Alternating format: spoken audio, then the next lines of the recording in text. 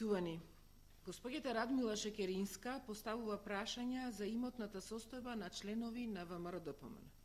Тоа е сосема легитимно и ние како партија немаме проблем со тоа, напротив. Но госпоѓата Радмила Шекеринска покрај прашања денес треба да даде и одговори. И тоа е легитимно. Се надеваме дека и за неа нема да биде проблем да даде одговор.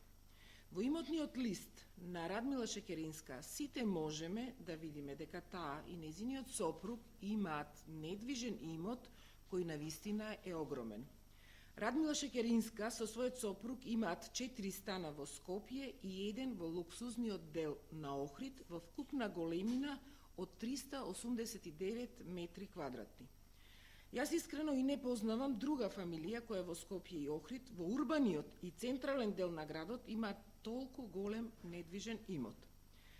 Ако имаме во предвид дека тој имот има висока вредност, просечно по 1300 евра за метар квадратен, тогаш доаѓаме до факт дека само становите на семејството Шекеринска вредат најмалку 505.700 евра. Фамилијата Шекеринска Јанковски само во станови има пола милион евра. Она што за нас е исклучително значајно и сомнително е што овие станови се стекнати во периодот од 2006 до 2011 година. За само 5 години, 5 стана во вредност од најмалку 500.000 евра. Тоа е период кој е веднаш после периодот во кој Радмила Шекеринска беше подпредседател на владата на Република Македонија.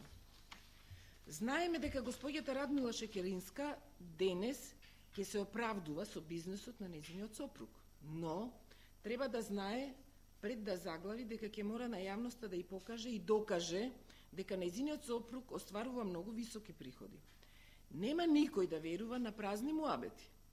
Треба да видиме дали е возможно бизнисмен како сопругот на госпоѓа Шекеринска може да заработи толку многу пари или неговиот бизнис е само покритие за нешто друго.